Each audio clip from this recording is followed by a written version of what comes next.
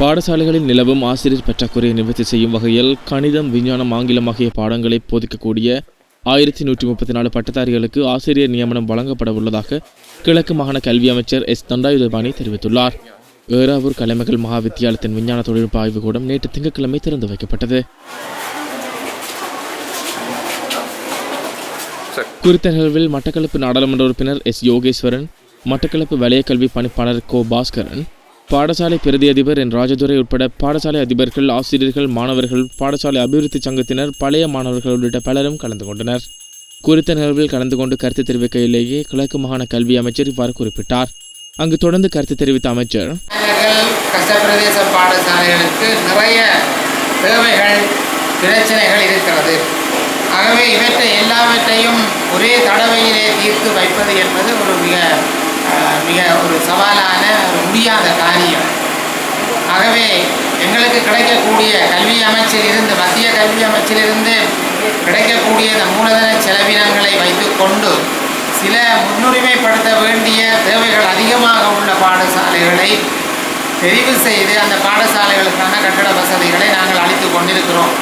அது மாகாண சபை கல்வி அமைச்சு செய்து கொண்டிருக்கின்ற அத்தகைய முயற்சி. அதை விட மத்திய அரசாங்கத்தினுடைய சில உதவிகளும் எங்களுடைய மாகாண பாடசாலைகளுக்கு நேரடியாக கிடைக்கிறது. இந்த தொழில்நுட்பவியல் ஆய்வுக்கூடம் என்பதும் அப்படித்தான். ஆகவே நாட்டிலே உள்ள பாடசாலைகளிலே 1000 பாடசாலைகளை தெரிவு செய்து எடுத்து அதில் உங்களுடைய பாடசாலை ஒரு பாடசாலையாக வந்து இந்த பாடசாலைக்கு வழங்கப்பட்ட இந்த தொழில்நுட்பவியல் ஆய்வுக்கூடம் எல்லா பாடசாலைகளைப் போல, அதாவது இந்த 1000 பாடசாலைகளில் ஒரு பாடசாலையாக உங்களுடைய பாடசாலைக்கும் கிடைத்து அந்த கட்டடம் இன்றைக்கு திறந்து வைக்கப்பட்டிருக்கிறது. மாணவர்களுடைய பாவனைக்காக இன்றைய இந்த கட்டடத்தை நாங்கள் உங்களுக்கு தந்திருக்கிறோம். ஆகவே இந்த கட்டடத்தை, இந்த ஆய்வுக்கூடத்தை எவ்வளவு தூரம் நீங்கள் பயன்படுத்த போகின்றீர்கள் என்பதிலே தான் இந்த வளம் எவ்வளவு தூரம் மாணவர்களுக்கு பயன்படும் என்பது தங்கியிருக்கின்றது.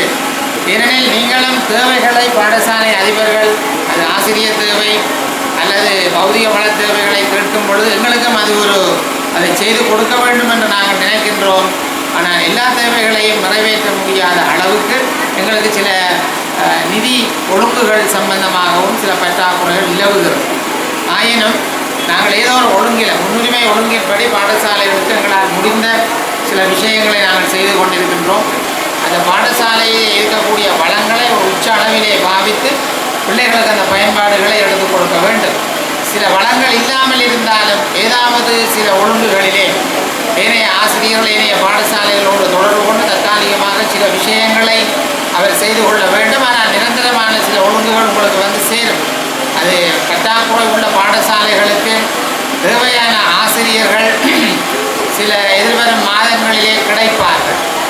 கணிதம், விஞ்ஞானம், ஆங்கிலம் போன்ற ஆசிரியர்கள் 1134 ஆசிரியர்களை எங்களுடைய மாகாணத்திலே பட்டதாரி ஆசிரியர்களை எடுப்பதற்கு முயற்சிகளை எடுத்துக் கொண்டிருக்கின்றோம். ஓரிரு மாதங்களிலே நான் நினைக்கிறேன் அந்த விஷயங்கள் பூர்த்தி ஆகும்.